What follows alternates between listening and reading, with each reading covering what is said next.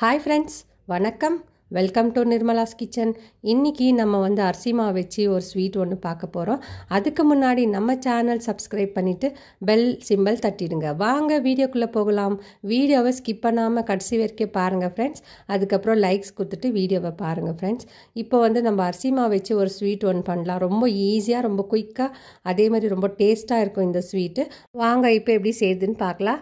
முதல்ல நம்ம ஒரு கடாய் வச்சுக்கலாம். ஸ்டவ்வில் கடாய் வச்சுட்டு நம்ம அரிசி மாவு எடுத்துக்கலாம். நான் இன்றைக்கி அரை கப்பு அரிசி மாவு தான் எடுத்திருக்கேன். நான் அரிசி மாவை கடாயில் சேர்த்துட்டு நம்ம இதை நல்லா வறுக்க போகிறோம். இது நல்லா வாசனை வர வரைக்கும் நம்ம இந்த அரிசி மாவை வறுத்து கொடுக்கலாம். கண்டிப்பாக அரிசி மாவை லோ ஃப்ளேமில் வச்சு தான் நம்ம வறுக்கணும். இது ஹை ஃப்ளேமில் வச்சு வறுத்தோம்னா இது வாசனை வந்துடும். அதுக்கப்புறம் கலர் சேஞ்ச் ஆகக்கூடாது. ஸோ நம்ம ரெகுலர் அரிசி மாவு தான் எடுத்திருக்கேன் நான் இன்றைக்கி. பாருங்கள், இப்போ நான் வறுத்து முடிச்சுட்டேன். இதை வேறு தட்டில் கொட்டி வச்சுக்கலாம். நம்ம கொட்டிட்டு நம்ம அதே கடாயை எடுத்துக்க போகிறேன். நான் இப்போ அதே கடாயில் நான் பால் காய்ச்ச போகிறேன்.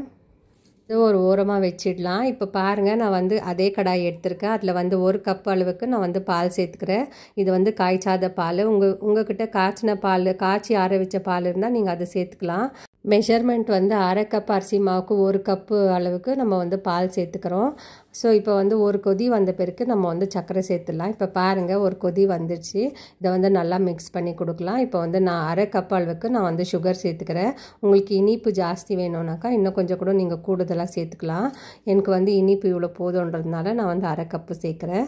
அதுக்கப்புறம் இதுக்கு டேஸ்ட்டுக்கு கொஞ்சமாக நம்ம பிஞ்ச் ஆஃப் சால்ட் சேர்த்துக்கலாம். சால்ட்டு சேர்த்து செய்யும் போது நமக்கு டேஸ்ட் இன்னும் கொஞ்சம் என்ஹான்ஸ் பண்ணி கொடுக்கும். இப்போ பாருங்கள், நான் அரிசி மாவு சேர்த்துட்றேன். அரிசி மாவு சேர்த்துட்டு நம்ம ஸ்டவ்வை லோ ஃப்ளேமில் வச்சிடலாம். கட்டி இல்லாத மாதிரி நம்ம மிக்ஸ் பண்ணி கொடுக்கலாம். ஸ்டவ்வை லோ ஃப்ளேமில் வச்சிடலாம். இது ஹை ஃப்ளேமில் இருக்கக்கூடாது. அப்போ தான் நமக்கு மாவெல்லாம் நல்லா வெந்து வரும். இது கட்டியே இல்லாமல் நம்ம இதை மிக்ஸ் பண்ணி கொடுக்கலாம். இது மிக்ஸ் பண்ணிவிட்டு நல்லா பேனில் ஒட்டாமல் வர வரைக்கும் நம்ம இதை நல்லா கலந்து கொடுத்துடலாம். இப்போ நான் இதுக்கு கொஞ்சமாக நெய் சேர்க்குறேன். ஒரு 1/4 டீஸ்பூன் அளவுக்கு நான் நெய் சேர்த்துக்கிறேன். நெய் கொஞ்சம் டேஸ்ட்டுக்காண்டி நம்ம சேர்க்குறோம். இப்போ பாருங்கள், இது நல்லா வெந்து வந்துடுச்சு. மாவு நல்லா ஒட்டாமல் வருது, பேனில் ஒட்டாமல் வருது. இந்த மாவு எப்படி செக் பண்ணுறது வெந்திருக்குதுன்னு பார்த்தா நம்மளுக்கு கையில் ஒட்டாமல் வரும். அதுக்கப்புறம் வாசனை கூட நல்லா வரும். இப்போ பாருங்கள், கையில் ஒட்டலை எனக்கு. அதுக்கப்புறம் பேனில் கூட ஒட்டாது. இப்போ நான் கீழே இறக்கி வச்சிடறேன். இறக்கி வச்சுட்டு கொஞ்சமாக கையில் நெய் தடவிட்டு நம்ம பிசைஞ்சு கொடுக்கலாம். இந்த மாவு நல்லா பிசைஞ்சு எடுத்துக்கலாம். நம்ம அப்போ தான் நம்ம ஷேப் பிடிக்கும் போது இது எந்த கிராக்ஸோ வராது. இப்போ நம்ம சிலிண்டர் ஷேப் பிடிக்கிறோன்னா அதுக்கு கிராக்ஸ் இல்லாமல் நம்ம ஷேப் பிடிக்கிறதுக்கு வரும். இப்போ மாவு ரொம்ப சூடாக இருக்குது. இது கொஞ்சம் நேரம் ஆறட்டும். நான் வேறு தட்டில் ட்ரான்ஸ்ஃபர் பண்ணி எடுத்து வச்சுக்கிறேன். இது கொஞ்சம் நேரம் ஆறட்டும். ஆறின பிறகு நம்ம எந்த ஷேப் வேணுமோ அந்த ஷேப்பை நம்ம உருட்டி எடுத்துக்கலாம். இப்போ பாருங்கள், நான் ஷேப்பை உருட்டுறேன். நான் டெசிகேட்டட் கோகோனட் பவுடர் எடுத்திருக்கேன். இது கார்னிஷிங்க்கோசரம் எடுத்திருக்கேன் நான். அதுக்கப்புறம் இப்போ நல்லா ஆறிடுச்சு. நம்ம கையில் நெய் தேய்ச்சிக்கலாம். நெய் தேய்ச்சிட்டு நமக்கு எந்த ஷேப் வேணுமோ அந்த ஷேப்பில் நம்ம இதை செஞ்சு எடுத்துக்கலாம், இந்த ஸ்வீட்டை. இப்போ பாருங்கள், நான் சிலிண்டர் ஷேப் செய்கிறேன். நான் ஒன்று செஞ்சு காமிக்கிறேன்.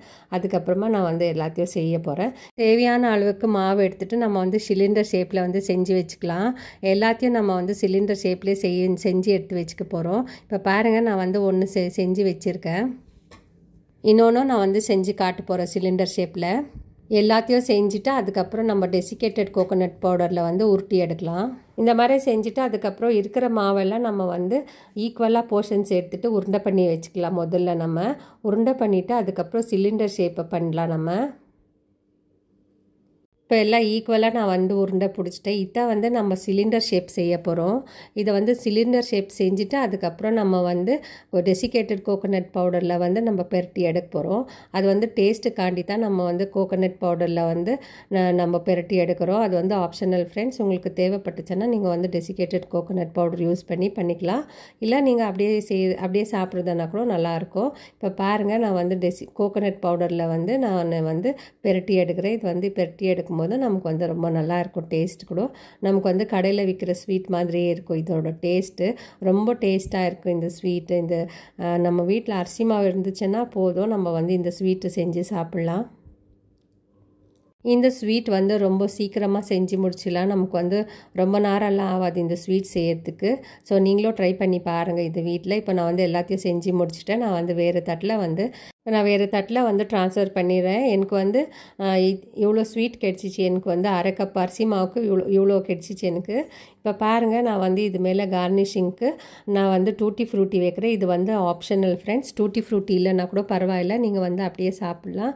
இது டூட்டி ஃப்ரூட்டி வச்சதுனால கொஞ்சம் நல்லா தெரியுதுன்றதுனால நான் வந்து இந்த மாதிரி டூட்டி ஃப்ரூட்டியில் கார்னிஷிங் பண்ணேன். அதுக்கப்புறமா கொஞ்சமாக நம்ம வந்து டெசிகேட்டட் பவுடர் வந்து தூவி கொடுக்கலாம்.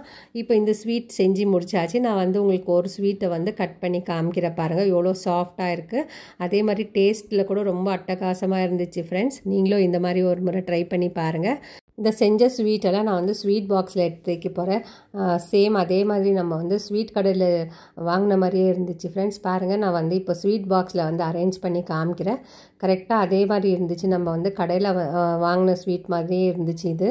ஸோ நீங்களும் இந்த மாதிரி ட்ரை பண்ணி பாருங்கள். அதுக்கப்புறம் யாரெல்லாம் எனக்கு சப்ஸ்கிரைப் பண்ணிங்களோ அவங்களுக்கெல்லாம் ரொம்ப நன்றி. நீங்களும் ஒரு முறை வீட்டில் செஞ்சு பார்த்துட்டு எனக்கு கமெண்ட் பண்ணுங்கள் ஃப்ரெண்ட்ஸ். வீடியோவை ஸ்கிப் பண்ணாமல் கடைசி வரைக்கும் பாருங்கள் ஃப்ரெண்ட்ஸ். பார்த்துட்டு எனக்கு ஒரு லைக்ஸ் கொடுங்க. அதுக்கப்புறம் யார் பிகினர்ஸாக இருக்கிறீங்களோ அவங்களாம் இதை ட்ரை பண்ணி பாருங்கள். இந்த வீடியோ உங்களுக்கு பிடிச்சிருந்துச்சுன்னா லைக் பண்ணுங்கள், ஷேர் பண்ணுங்கள், சப்ஸ்கிரைப் பண்ணுங்கள். தேங்க்யூ, பாய்.